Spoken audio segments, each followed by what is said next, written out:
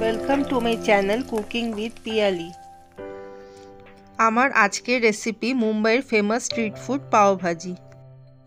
পাওভাজি এমন একটা রেসিপি যেটা সকলের প্রিয় এবং ব্রেকফাস্ট থেকে ডিনার যে কোনো সময় এই রেসিপিটা খেতে ভালো লাগে। বাচ্চাদেরকে গ্রিন ভেজিটেবলস খাওয়ানোর পাওভাজি আইডিয়াল একটা রেসিপি। মুম্বাই স্টাইল পাওভাজি আমরা বাড়িতে কি করে তৈরি করব আজকে আমি আপনাদের সাথে রেসিপিটা শেয়ার করছি। বড় বড় করে কিছু সবজি কেটে নিয়েছি, তার মধ্যে আছে ফুলকপি, আলু, বিনস, গাজর আর রঙের জন্য বিট।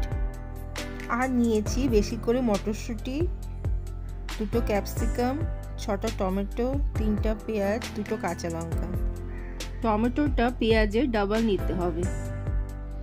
প্রথমে সব তরকারিগুলো একটা প্রেসার কুকারে দিয়ে দিচ্ছি।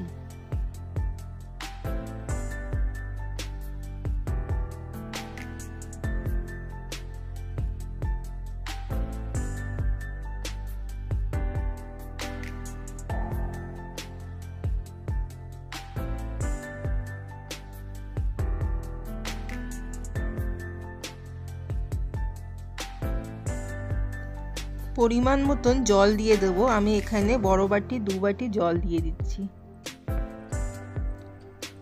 হাফ চামচ মতন লবণ দিয়ে দিচ্ছি।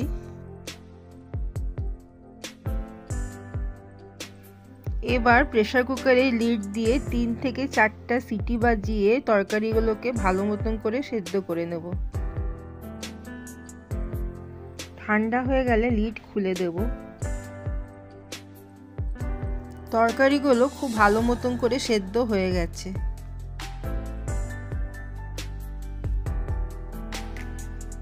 এবার একটা পটেটো ম্যাশার দিয়ে তরকারিগুলোকে খুব ভালো মতন করে ম্যাশ করে নেব। পটেটো ম্যাশার না থাকলে আমরা হাত দিয়ে কিংবা হাতা দিয়েও ম্যাশ করে নিতে পারি। ম্যাশ করার পরও কিছু তরকারি গোটা থেকে যেতে পারে, সেইগুলোকে আমরা হাতার সাহায্যে ভেঙে ভেঙে দেব। তরকারিগুলো ভালো মতন করে ম্যাশ করা হয়ে গেছে। এরপর একটা কড়াইতে পরিমাণ মতন রিফাইন্ড অয়েল নিয়ে নেব। তেল গরম হয়ে গেলে 1 থেকে 1.5 চামচ বাটার দিয়ে দেব। বাটারটা যখন গলে যাবে তখন 1 চামচ সাদা জিরা দিয়ে দিচ্ছি। জিরাটা লালচে রঙের ভাজা হয়ে গেলে 3টা পেঁয়াজ ছোট ছোট করে কুচিয়ে দিয়ে দিচ্ছি।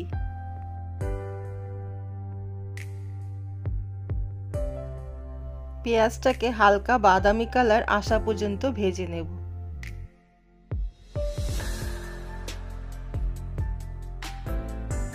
পেঁয়াজটা ভাজা হতে হতেই 2-3টা কাঁচা লঙ্কা কুচিয়ে দিয়ে দিচ্ছি। পেঁয়াজটা আমরা সফট হওয়া পর্যন্ত ভাজবো, বেশি কড়া করে ভাজবো না। পেঁয়াজটা যখন হালকা বাদামি করে ভাজা হয়ে যাবে তখন ক্যাপসিকামটা একদম ছোট ছোট করে কুচিয়ে দিয়ে দেব। ক্যাপসিকামটাকে পেঁয়াজের সাথে ফ্রাই করে নেব। পেঁয়াজ আর ক্যাপসিকাম ভাজা হয়ে গেলে এবার আমরা আদা রসুনের পেস্ট দিয়ে দেব। আদা রসুনের পেস্টটা আমরা পেঁয়াজটা ভাজার পরও দিতে পারি। আমি পেঁয়াজ ক্যাপসিকাম ভাজার পর দিচ্ছি, তাই মাঝখানে একটু জায়গা করে বড় চামচে 3 চামচ আদা রসুনের পেস্ট দিয়ে দিচ্ছি। আদা রসুনের পেস্টটাকে খুব ভালো করে ভেজে নেব যতক্ষণ না আদা রসুনের কাঁচা গন্ধটা চলে যাচ্ছে। আদা রসুনের পেস্টটা ভাজা হয়ে গেলে 6টা টমেটো ছোট ছোট টুকরো করে কেটে দিয়ে দেব। টমেটোর সাথেই দিয়ে দিচ্ছি 1 চামচ মতো নুন, হাফ চামচ হলুদের গুঁড়ো, হাফ চামচ লাল লঙ্কার গুঁড়ো আর 1 চামচ কাশ্মীরি লঙ্কার গুঁড়ো।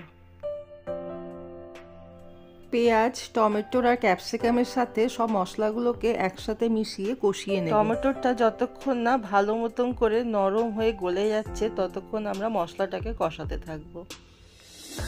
যতক্ষণ না টমেটোটা নরম হয়ে মশলার সাথে মিশে যাচ্ছে আর চারপাশ থেকে তেল বেরিয়ে আসছে ততক্ষণ আমরা মশলাটাকে কষাতে থাকবো।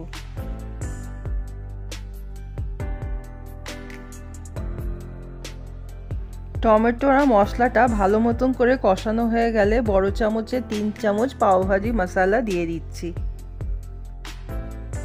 পাওভাজি মশলাটাকে মশলার সাথে মিশিয়ে নিচ্ছি।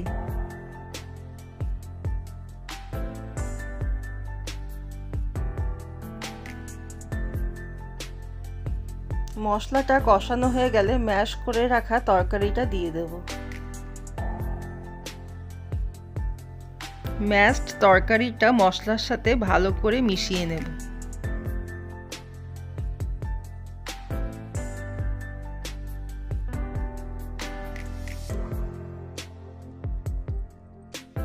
তরকারিটাকে মশলার সাথে মিশিয়ে একটু ভেজে নেব।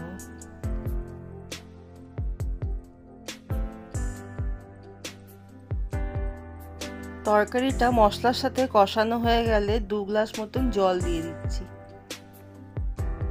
জলটাকে তরকারির সাথে মিশিয়ে তরকারিটাকে কিছুক্ষণ ফুটিয়ে নেব।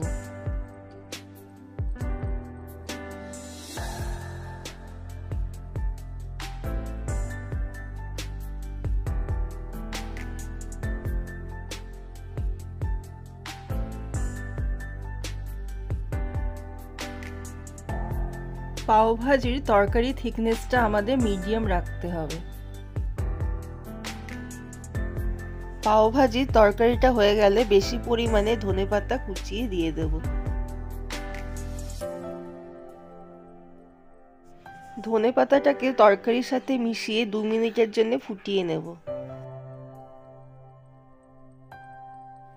তরকারিটা হয়ে গেলে গ্যাস বন্ধ করে উপর থেকে লেবুর রস দিয়ে দেব। লাস্টে ওপর থেকে বাটার দিয়ে গরম গরম সার্ভ করব।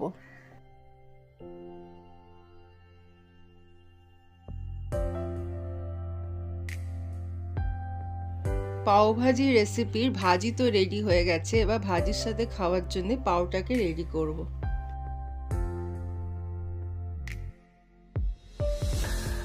এখন আমরা পাওটা ফ্রাই করব। একটা ফ্রাইং প্যানে অল্প একটু বাটার দিয়ে দেব।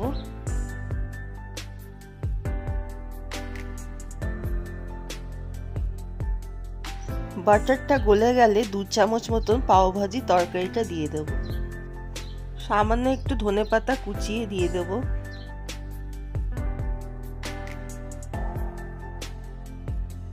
সামান্য একটু পাওভাজি মশলা ছড়িয়ে দেব। এই সব কিছু একটু ফ্রাই করে নেব।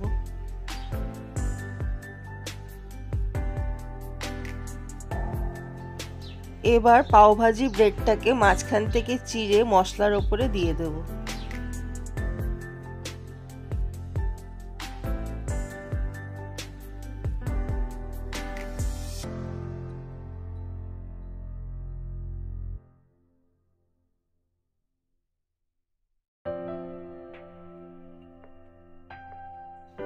এপিট ওপিট করে পাওটাকে মশলার সাথে ভেজে নেব।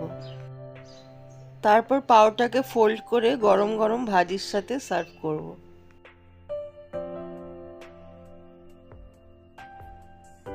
আমার পাওভাজি সার্ভ করার জন্য রেডি।